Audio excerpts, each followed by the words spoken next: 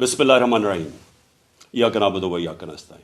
मेरे पाकिस्तानियों, पुलिस मुझे जेल में पकड़ने के लिए आ गई है बाहर, और उनका ये ख्याल है कि जब इमरान खान जेल में चला जाएगा तो कौम सो जाएगी।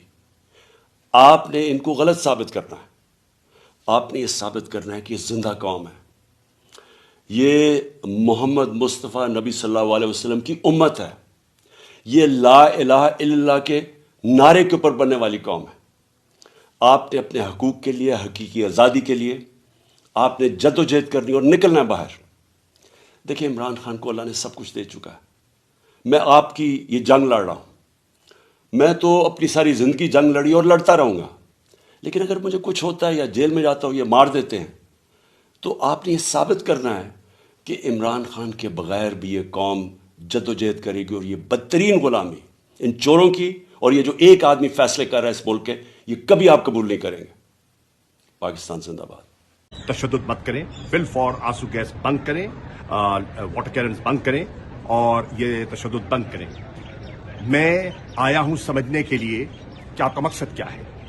मैं समझता हूं कि हमें इमरान खान साहब को प्रोटेक्टिव बेल है और हाई कोर्ट की तरफ से है, उस बेल में आप गिरफ्तारी नहीं कर सकते। अब मैं खान साहब से मिलूंगा और मैं खान साहब से मशावरत करके फिर डीआईजी से बात करूंगा कि हमारा रद्द अमल क्या होना चाहिए और क्या होगा। मेरी अपील है बैसियत vice chairman Pakistan Tehreek Insaf, PTI के कारकुनान जहां जहां हैं और मेरी आवाज सुन रहे हैं, मैं उनसे गुजारिश कर रहा हूं कि फिलफौर वो लाहौर का रुख करें और जमान पाक में इमरान खान के साथ यकजहती के लिए वो जमान पाक पहुंचे। दरखास्तें आपकी जमा हो गई, उस प्रोसेस को मुकम्मल हो गया आपका।